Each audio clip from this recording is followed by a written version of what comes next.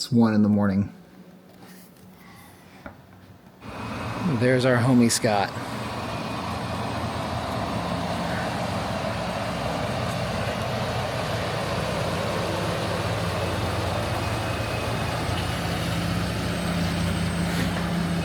It's 1 in the morning.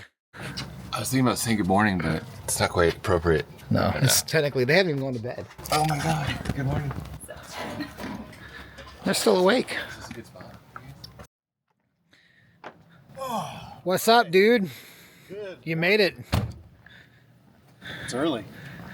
What time did you leave? 1:15? 1:15? What time did we leave? 1? What time did we leave? We left at... I think it was at 1, yeah. Yeah.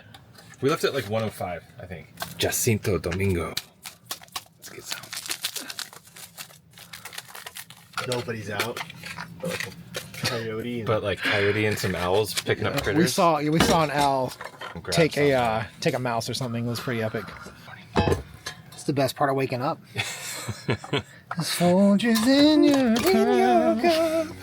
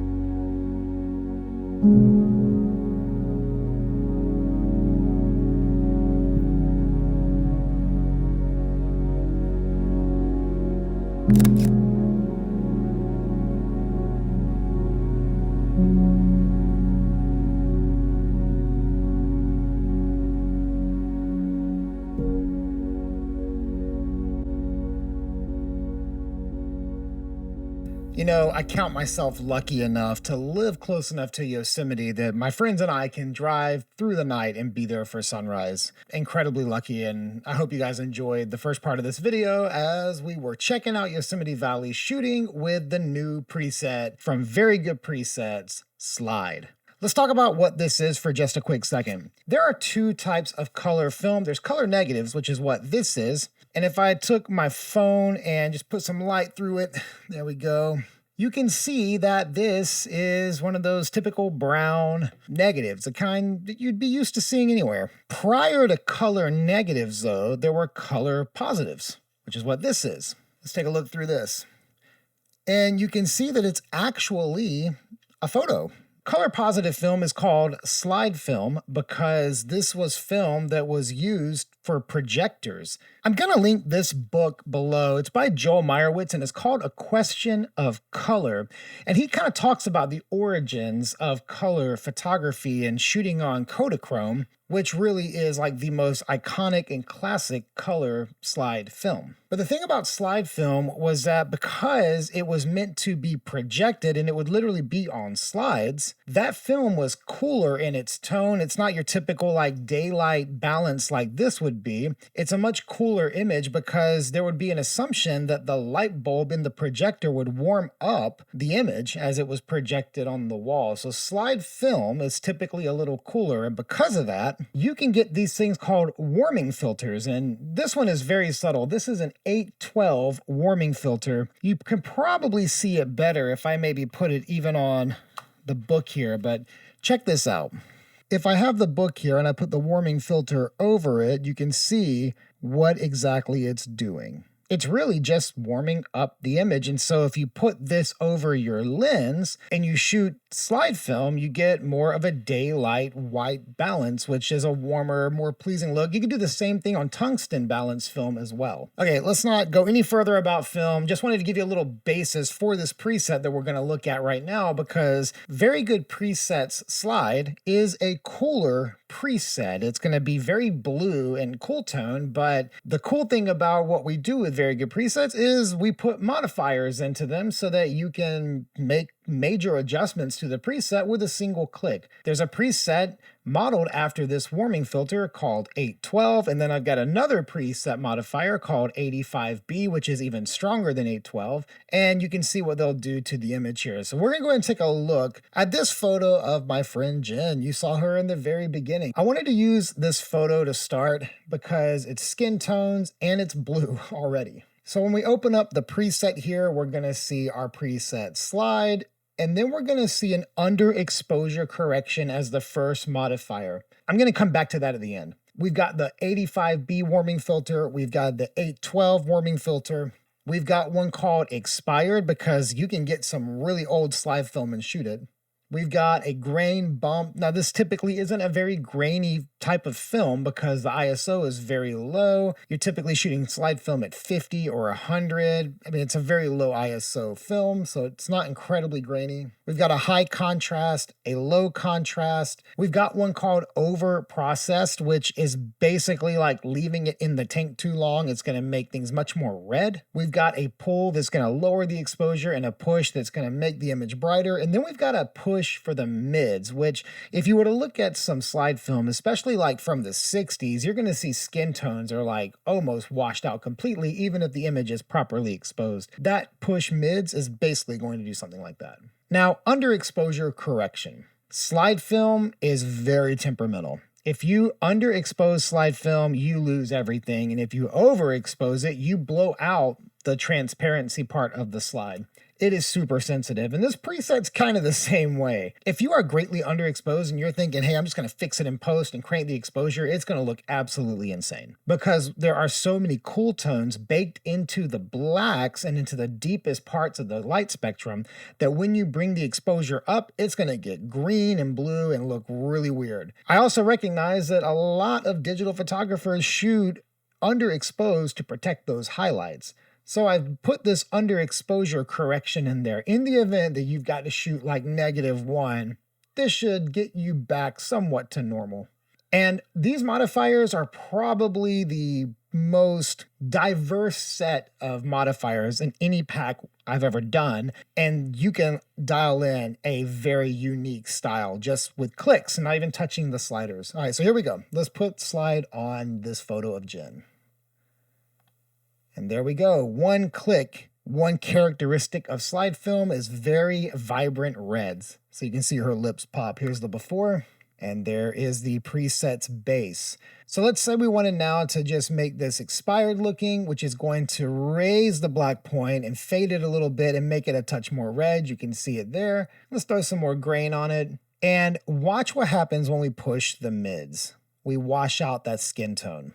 I would go back maybe and make this low contrast and then pull it a little bit as well. There we've got an expired, pulled, pushed mids and grainy version of very good preset slide, and we did not touch a single slider. Okay, let's use this image from Yellowstone because there's a lot of green in this image, but we also have got the blue of the sky, and slide film has a very unique blue. It's got a lot of purple in it typically and magenta. It's not your like perfect pastel blue like you'll find in color negative film. Let's put our preset on. Already you can see just how cool the image looks. Let's put that 812 warming filter on, and now we've kind of brought it back. Let's push this image.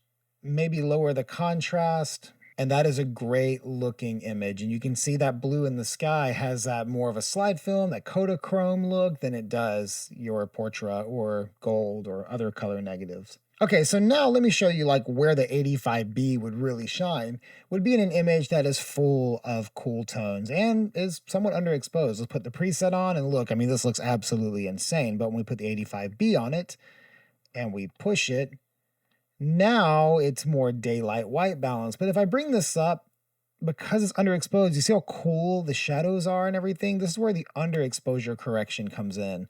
And now we've white balanced it correctly with the 85B, and we've used the underexposure correction to inject some magenta back into the shadows. And magenta is not the enemy, because in slide film, you're going to find a lot of magenta and red tones can very easily get into your shadows. Put a little more grain on it, and I think this looks just great. Let's do another landscape with a lot of green.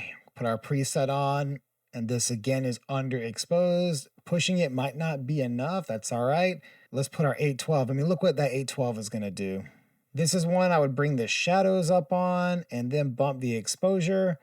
And you can see here, we're not so underexposed that we've got to save it with the underexposure correction, but it definitely needed a little bump. Now let's take a look at what Overprocessed does. If I had shot this in slide and left it in the tank too long, it's going to get pretty red. But it also looks a lot more vintage now. It has this very warm red, vintagey undertone to it. Let's add an expired to that as well. And we've got this image that looks like it was shot on a 1975 roll of color positive film. Would not be for me, so I'm going to go back here. I'm just wanting to demonstrate what you can do. Not that you would do it. Not that you even should do it. For me, I would probably go something like this, and I think that looks great. Here is our before, and here is our after. You guys know how much I love landscapes. Let's do another landscape. We'll put the preset on, and you can see that it's cooled off considerably, but this is where that warming filter comes back, and wow, I love the way the colors just came back. I don't know if it's the combination. And by the way, I did not test this. I literally just am randomly going through my photo library. I like doing it this way. It takes me less work to plan. I'm going to lower the contrast. I'm going to bump the exposure a little bit, but my God, I love that. I love how poppin' the reds are. That is like a slide film signature thing. Okay, now I'm inspired to do another one from Canada. Picture of Amanda, let's put on slide. Let's put the warming filter on. Let's lower contrast. And maybe we'll just push the mids and grain this thing up a little more. And there you go. Looks awesome. Okay, we'll do this one, this last one here. We'll click on slide. You can see how just blue things get in this kind of lighting. Let's warm it up with the 812, which is like my go-to everyday favorite. Maybe we'll push it and we are done. That's literally all this photo needs. Slide film. All right, so we have covered this new preset pack. We've looked at the modifiers. I've shown you some random photos that I've just kind of stumbled upon as I've scrolled back through my library.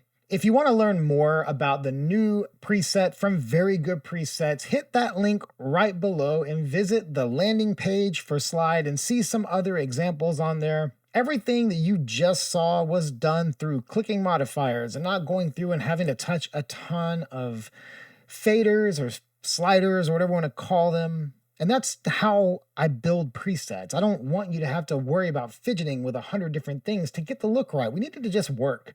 And this preset, as you can see, it just works. It gives you that slide film, that color positive look with just a couple of clicks. You can get Slide today retailing for $30, but as always, for you lovely people, you beautiful souls that watch this channel, use the code POSITIVE because this is a positive, and get yourself a little discount. All that information is right below. If this is your first time here, be sure to subscribe to this channel. I post 2 videos a week unless something goes horribly wrong. As always, thank you guys for watching, for your support of Very Good Presets. You guys are amazing. Thank you again, and I'll see you next time.